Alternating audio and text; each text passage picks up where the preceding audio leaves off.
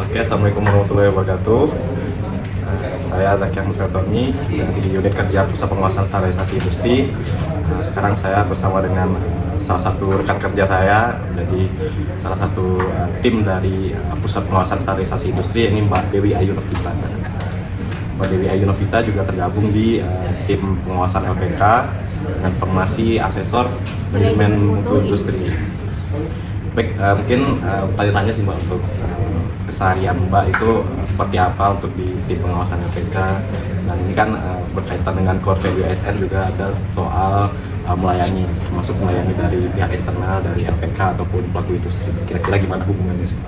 Oke, mungkin agak ditarik dari atas dulu ya, terkait tim pengawasan LPK sendiri. Jadi memang di unit kita ya, di Pusat Pengawasan Standarisasi Industri itu ada satu tim kerja namanya pengawasan LPK, yang mana tugas dan fungsinya adalah melakukan pengawasan terhadap LPK yang sudah ditunjuk oleh Menteri Perindustrian. Jadi ini kisarannya sendiri ada 52 LS Pro dan 70-an lab uji kalau nggak salah. Jadi memang untuk tugas sendiri adalah setiap tahunnya itu kami harus melakukan pengawasan terhadap LPK tersebut secara berkala, itu minimal 1 kali dalam 1 tahun, dan kalau secara khusus itu terkait kalau misalkan ada aduan atau ada laporan dari masyarakat gitu. Jadi memang untuk daily activity-nya sebenarnya masih terkait soal pengawasan itu ya. Misalkan di awal tahun nanti kita ada perencanaan dulu nih LPK mana yang akan diawasi, termasuk periode pengawasannya, kemudian lanjut sampai compiling data segala macam, pengawasan sampai evaluasi. Jadi untuk daily activity-nya masih terkait ke hal-hal itu.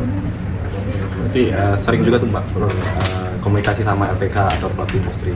Iya, untuk komunikasi ke eksternal sih memang paling sering ke LPK ya, itu ada LS Pro dan kunci. Jadi untuk komunikasinya sendiri itu biasanya memang pertama terkait kalau misalnya kita ada surat pengawasan atau ada data-data yang perlu disampaikan oleh LPK ke P2IC, ke unit kerja, itu biasanya kita komunikasi. Jadi itu pun bisa lewat biasanya email, atau kita ada Google Drive sendiri, atau misalkan personal gitu.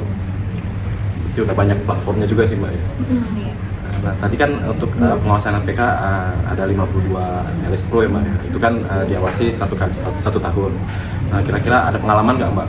Soalnya pada saat pengawasan LPK itu ada yang berkaitan dengan pelaporan, berkaitan dengan akuntabilitas dari pengawasan itu sendiri. Apakah diragukan kepercayaannya, atau ada intervensi lah agar hasil-hasil pengawasan itu bersifat tidak objektif gitu sih?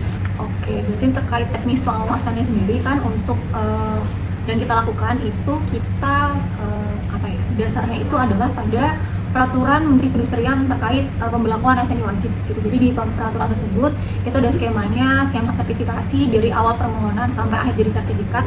Nah, karena landasannya itu sebetulnya sudah clear gitu kan, sudah jelas di peraturan, otomatis poin-poin yang harus dilakukan oleh LS Pro atau LPK pun juga sebenarnya udah clear gitu, udah rigid sesuai dengan peraturan tersebut. Jadi misalnya kita melakukan pengawasan, selama dasar kita itu jelas, sebetulnya mereka sendiri juga pasti akan mengerti gitu, karena kan kita kesana sebetulnya nggak cuma sekedar cari kayak salah-salahnya ya, tapi memang harapannya sih ada improvement juga gitu dari merekanya.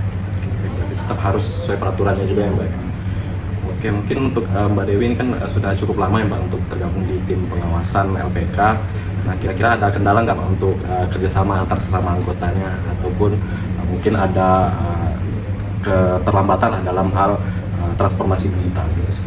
Oke, kalau jujur ya mungkin agak kalau di tim sendiri sih memang transformasi yang benar-benar terdigital memang belum. Cuma memang selama ini kita berusaha nih dikit-dikit, misalkan dari dari database-nya gitu, kita coba langganan ke Google dan semacamnya gitu. Terus terkait harmonis antar sesama tim ya gitu. Selama ini sih mungkin memang ya terkadang ada beberapa hal yang koordinasi, yang pasti masalah komunikasi ya, misalkan antara saya dan anggota tim lain, tapi basically sih bisa diselesaikan sih sebetulnya. Dan memang kebetulan juga isinya kayak kebanyakan menariknya masih muda ya, jadi secara transformasi pun kalau misalkan ada improvement baru itu rasanya kayak yang lain pun juga cukup mudah untuk catch-up-nya gitu. Oke Mbak, mungkin untuk terakhir Mbak, kira-kira menurut Mbak Dewi sendiri core value ASN itu mengapa penting untuk diterapkan di kehidupan sehari-hari, termasuk di pengawasan ini sendiri Mbak? Oke, untuk terkait pentingnya core value dari ASN ya, sebetulnya kan karena memang kita di sini kan terkait dengan pelayanan publik ya, termasuk sebenarnya salah satu mungkin tujuan dari apa yang kita lakukan adalah itu kan sebenarnya kembali ke masyarakat sendiri. Jadi itu menurut saya pribadi sih jadi penting karena itu jalan dasar kita nih buat bekerja gitu. Jadi mau apapun pekerjaannya selama core-nya itu masih kita pegang, jadi sih harapannya hasilnya atau outputnya pun juga akan sesuai gitu dengan apa yang diinginkan gitu.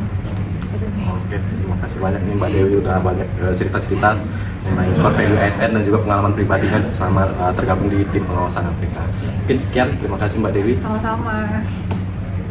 Assalamualaikum warahmatullahi wabarakatuh. Waalaikumsalam warahmatullahi wabarakatuh.